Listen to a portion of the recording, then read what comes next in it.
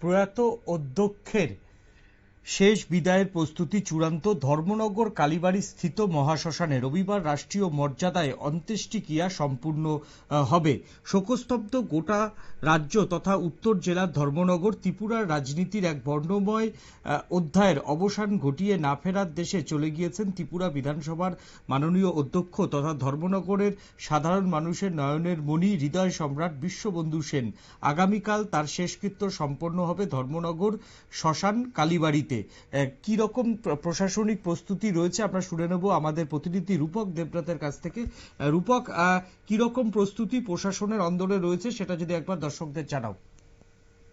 একদম দেখুন, অধ্যক্ষ বিশ্ববন্ধু সেনের প্রয়াণে সাধারণ মানুষ থেকে শুরু করে রাজনীতি ব্যক্তিত্ব যারা আছেন সবার চোখে আজ জল।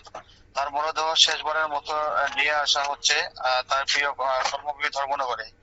আজ সকাল থেকে কিন্তু তার জন্য আমাদের যে ধর্মনগর শ্মশান কালীবাড়ি আছে সেই শ্মশান কালীবাড়িতে শেষ বিদায়ের চূড়ান্ত প্রস্তুতি চলছে এবং সেখানে শ্মশান প্রাঙ্গণে কিন্তু নিরাপত্তার ব্যবস্থাও দিকে কিন্তু কড়া নজর রাখা হয়েছে।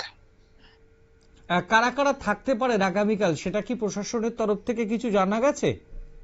এখন পর্যন্ত এই ব্যাপারটা জানা হয়নি, তবে তিনি ধর্মনগরের জন্য তিনি যে একটি ব্যক্তিত্ব ছিলেন, তো কালকে সকাল থেকে কিন্তু মানে পুরো শহরটা সাধারণ মানুষে ভরে যাবে এবং রাজনীতি ব্যক্তিত্ব যারা আছেন উত্তর জেলার প্রত্যেকের রাজনীতি ব্যক্তিত্ব এখানে কালকে থাকার কথা এবং সাধারণ মানুষের কিন্তু প্রচুর ভিড় হবে কালকে ওনার শেষ কৃত্যে।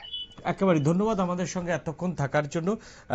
বিশ্ববন্ধু সেনের প্রয়াণে কিন্তু শোকস্তব্ধ কিন্তু ধর্মনগর এবং আগামীকাল তার শেষকৃত্য সম্পন্ন হওয়ার সময় প্রচুর সাধারণ মানুষ উপস্থিত থাকবেন বিভিন্ন রাজনৈতিক দলের নেতারাও।